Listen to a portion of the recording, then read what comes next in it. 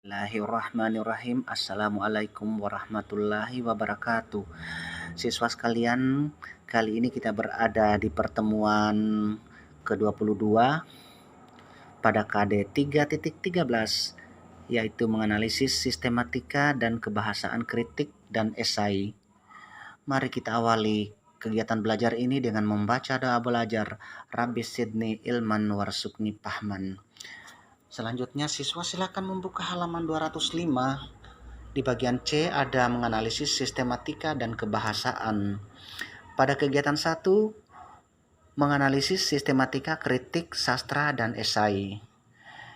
Ya, yang akan saya jelaskan di sini bahwa sistematika kritik, sastra, dan esai ada kesamaan dengan teks eksposisi yang pernah kamu pelajari pada semester 1 yang lalu, bahwa sistematikanya ini terdiri atas pernyataan pendapat atau tesis, kemudian argumen, dan penegasan ulang.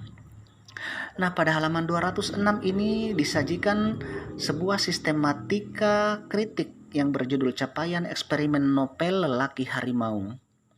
Ini silakan Anda amati, diawali dengan pernyataan pendapat, satu paragraf. Sebuah novel yang juga masih memendam semangat eksperimen sampai seterusnya.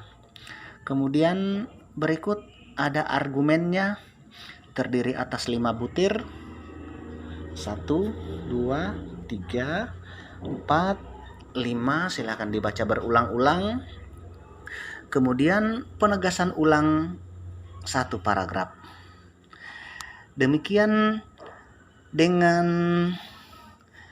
esai yang berjudul Batman juga akan memiliki sistematika yang sama, diawali dengan pernyataan pendapat. Batman tak pernah satu, maka ia tak berhenti. Kemudian argumennya ada 3. Ya, silakan dibaca berulang-ulang. Kemudian ditutup dengan penegasan ulang.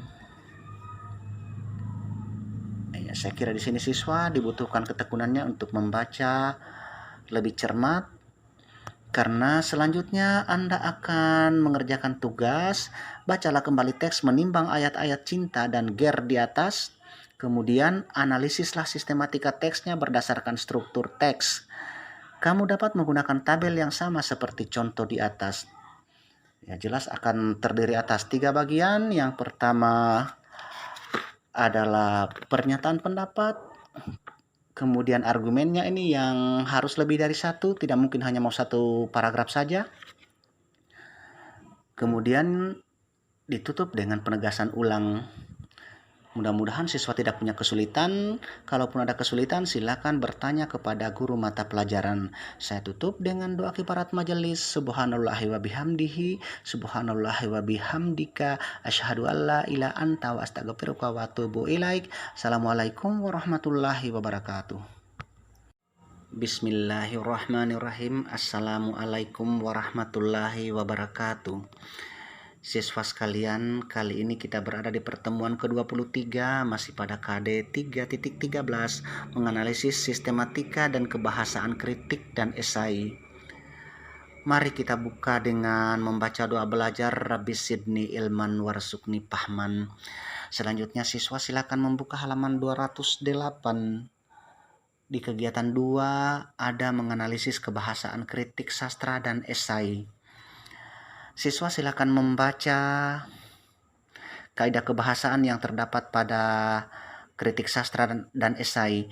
Yang pertama adalah menggunakan pernyataan-pernyataan persuasif. Yang dimaksud pernyataan persuasif adalah pernyataan ajakan. Biasanya kalau kalimat mengajak itu akan ditandai dengan partikel lah, walaupun tidak semuanya. Marilah, biasakanlah, ceritakanlah, sampai seterusnya. Dapat Anda melihat contoh.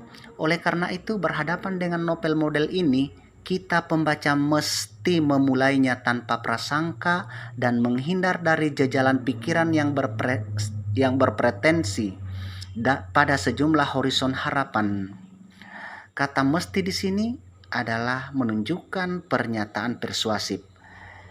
Demikian dengan bagian B, rangkaian kalimat panjang yang melelahkan itu diolah dalam kemasan yang lain sebagai alat untuk membangun peristiwa.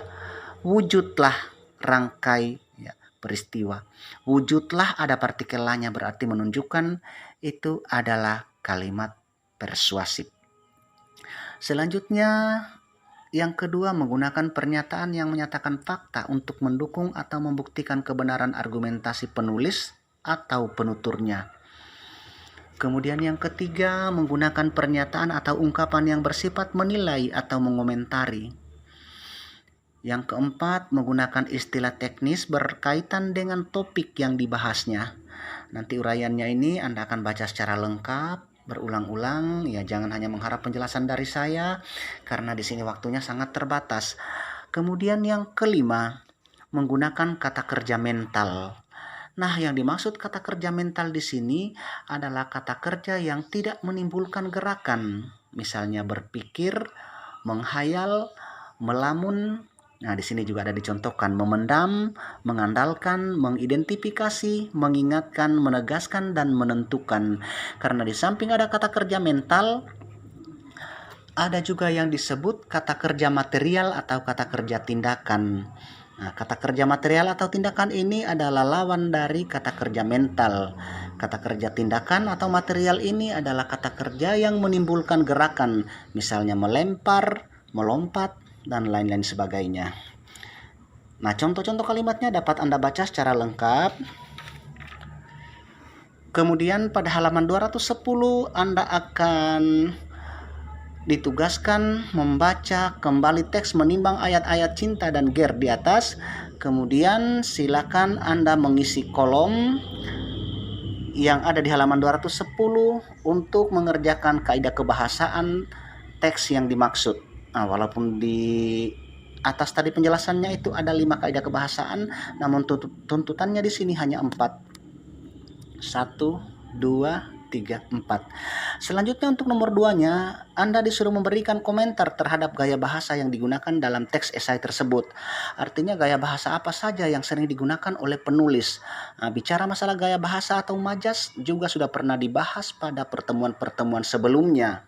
Bahkan saya pernah menyuruh Anda untuk mencari di Google mengenai gaya bahasa atau majas tersebut. Mudah-mudahan siswa bisa mengerjakan. Dan pada pertemuan ini saya cukupkan sampai di sini. Saya tutup dengan doa kifarat majelis. Subhanallahi wa bihamdihi, subhanallahi wa bihamdika, asyhadu alla ilaha anta wa astaghfiruka wa atubu ilaik. Assalamualaikum warahmatullahi wabarakatuh.